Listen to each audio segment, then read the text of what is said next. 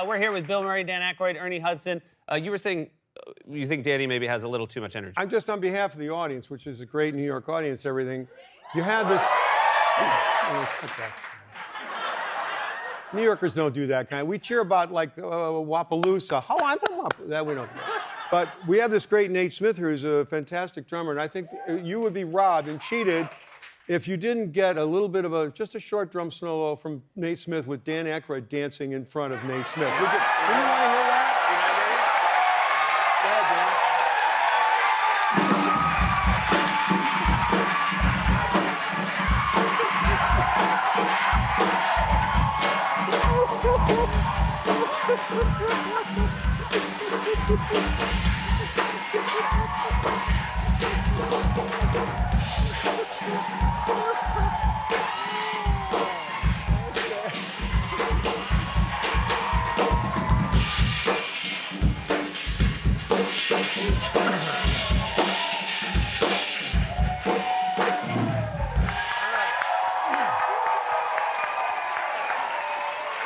Yeah.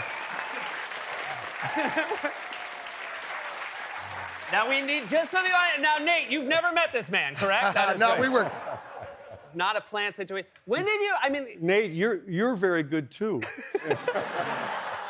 That is, I mean, it's one of the many secret hidden talents of Dan Aykroyd. When did you know that Danny was the funniest comedy dancer of all time? Well, when he started going out with this girl, Rosie Schuster, the two of them were the two worst dancers I'd ever seen in my life. They're both Canadians and really dangerous and they wore big shoes and boots, and they got a lot of speed up, a lot of centrifugal force that they could not control. And so you'd have to go like, okay, where are they? Okay, good, let's just keep moving this way. You'd have to sort of counterclockwise from them in order to not get hurt. Yeah, well, you could say there was a sense of danger there as we watched that. Yeah. I think based on knowing your work from other things, when I saw Ghostbusters, I was at the age where I was very happy that it was a film that I could go see as a kid. Was the plan from the beginning when you were working on it, Dan, to make it a kid-friendly movie? I think it was to be a comedy for everybody.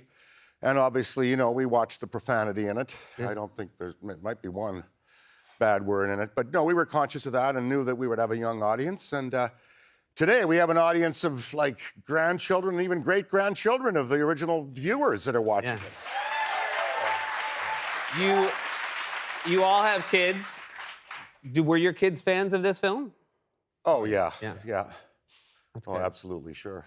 And I'd assume that matters, right? Like, I would assume it's a huge bummer when your kids don't like the movie, especially when you make it for kids.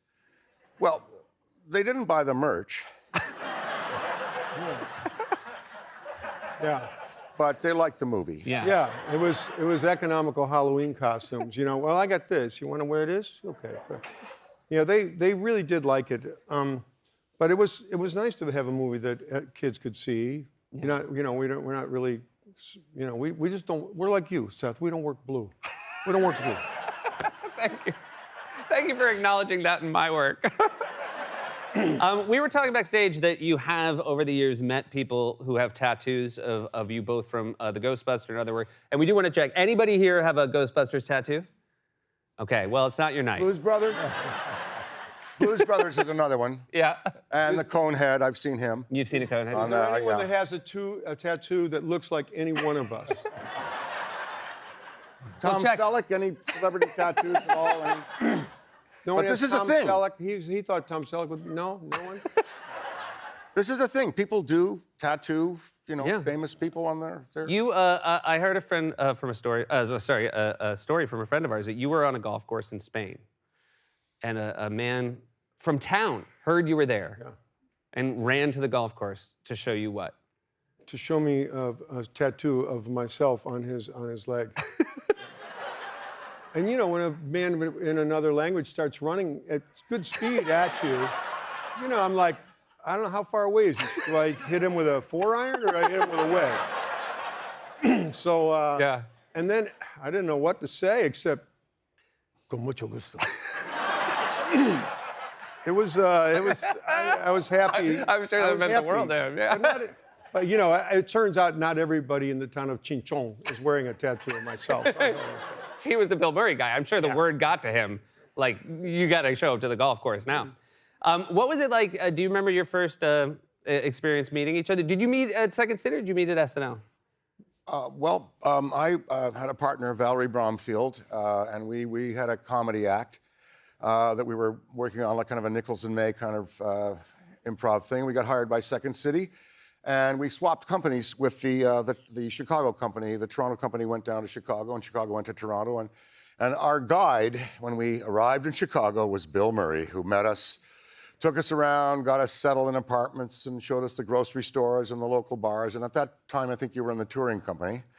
But he welcomed me to America, where I got my first H-1 and my work permit. And Billy was there as my sponsor, so. Oh, that's fantastic.